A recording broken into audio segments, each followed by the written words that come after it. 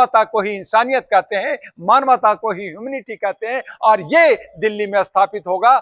देखिए, दिल्ली हमारी भारत की राजधानी है और भारत की राजधानी को समृद्ध होनी चाहिए। भारत की राजधानी को लुटियस जोन की तरह साफ होनी चाहिए। हर गली हर मोहल्ला चमकता दमकता होना चाहिए। यहाँ पे परिवहन 3 शिफ्ट में होना चाहिए।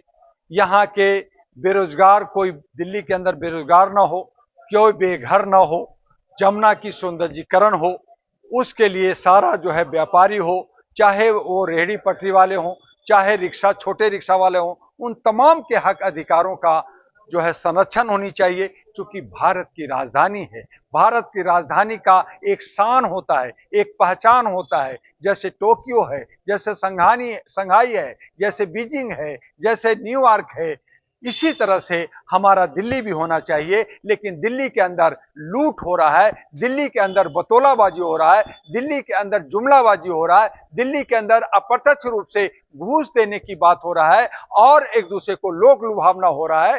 देंगे, करेंगे। अरे जब आप 10 साल 12 साल शासन किया, जब आप जेल में रह करके आप शासन किया, जब जेल से बाहर आए, खेड़ाओं रख करके शासन कर रहे हैं, दिल्ली की जनता को ठग रहे हैं, झूठ बोल रहे हैं और कह रहे हैं देंगे। देंगे क्या?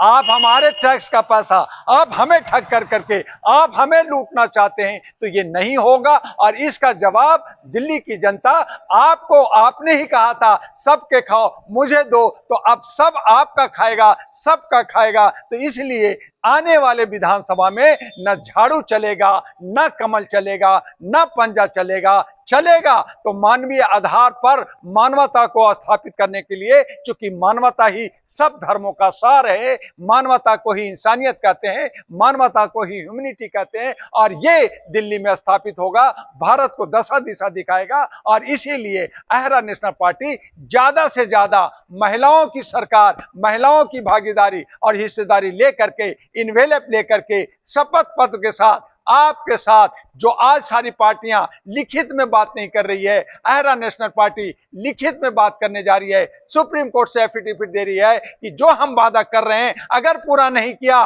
तो चल अचल संपत्ति जब्त होगी, हमारी सदस्यता खत्म होगी, हमारी पार्टी निरस्त होगी। अगर ये कोई पार्टी वादा करता है, लिखित देता है, मैं उस पार्टी का कार्यकर्ता बन जाऊंगा। लेकिन इनको 4 बार हमने लेटर भेजा, केजरीवाल को भेजा, राहुल को भेजा, मोदी जी को भेजा, कोई जवाब नहीं। ये कहते हैं हम तो स्टंट करते हैं, हम तो झूठ बोलते हैं, हम लोग बतौलाबाजी करते हैं, हम वोट लेते हैं, राज करते हैं, जनता को जाए भाड़ में। ये फिर कहते हैं मैं सेवक हूं, मैं सेवादार हूं, मैं चौकीदार हूं। लेकिन ये सब तानाशाह होकर के, हिटलर बन करके, मालिक बन करके और बड़ा बादशाह बन करके जनता जो जनार्दन है उसको कुचलते हैं, दबाते हैं, लड़ाते हैं। मैं पूछना चाहता हूं जर्नलिस्ट महोदय कि आज जहां भी दंगा हुआ, जहां भी मरा, वहां गरीब मजदूर के लोग मरे, मध्यम परिवार के लोग मरे। क्या नेता का बेटा मरता है?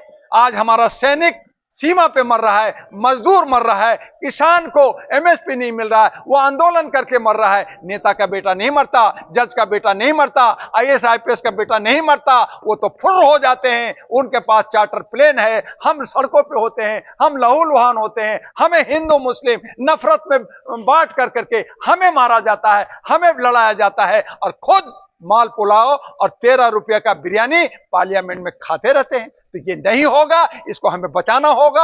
और जो हम लोग कह रहे हैं, ये कह रहे हैं 2100 देंगे, एक कह रहा 2500 देंगे, कहां से देगा? तो आप जो है टैक्स की चोरी करोगे। हमने कहा कि ब्रिटिश सरकार से मुआवजा लेके देंगे। हमने कहा जो देश और विदेश में काला धन है, हमने कहा जो सरकार जो ये अनान फानन में अरबों करोड़ रुपए खर्च करती है, उसमें 75% खर्च को कमी किया जाएगा। और वो पैसा, इतना पैसा होगा कि हर वोटर को 1-2 नहीं 20-20 लाख रुपया मिलेगा, आरडब्ल्यू को 1-1 लाख रुपया मिलेगा। लेकिन नीयत ठीक नहीं है, इनकी इच्छा ठीक नहीं है, ये लिखित में बात नहीं करते और ये खुद मीटिंग सीटिंग हीटिंग करके लूटने खसोटने में, अपना घर भरने में, एक नेता जो बनता है वो करोड़पति बन जाता है, और जो जनता जो भगवान है वो सड़कों पे भीख मांगता है। और फिर ये भीख देने की बात करते हैं, अप्रत्यक्ष रूप से ये घूस देने की बात करते हैं, ये रेवड़ी देने का बात क्या है? हम वोट देते हैं, हम देने वाले हैं और हमें ये देगा।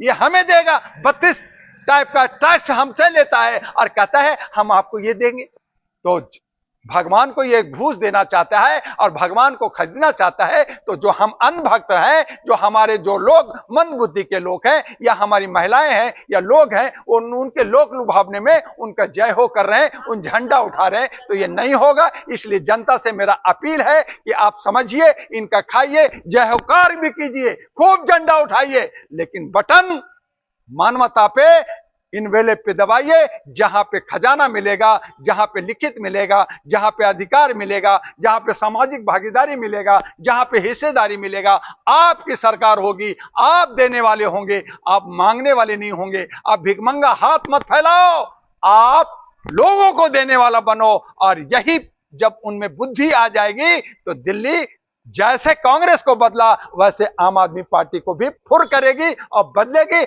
आने वाले वक्त में देखिए, अभी केजरीवाल कह रहे हैं, यही केजरीवाल फिर से जेल जाएगा। अतिशी अभी जाने वाली है, इनके तमाम नेता जेल में गए हैं। तो कहीं ना कहीं इन्होंने चोरी की है। जहां चिंगारी होता है, जहां धुआं दिखता है, वहां आग भी लगता है। और अब एक नया आग लगने वाला है, एक नया बदलाव होने वाला है। मानवता की सरकार, एनपी की सरकार आने वाला।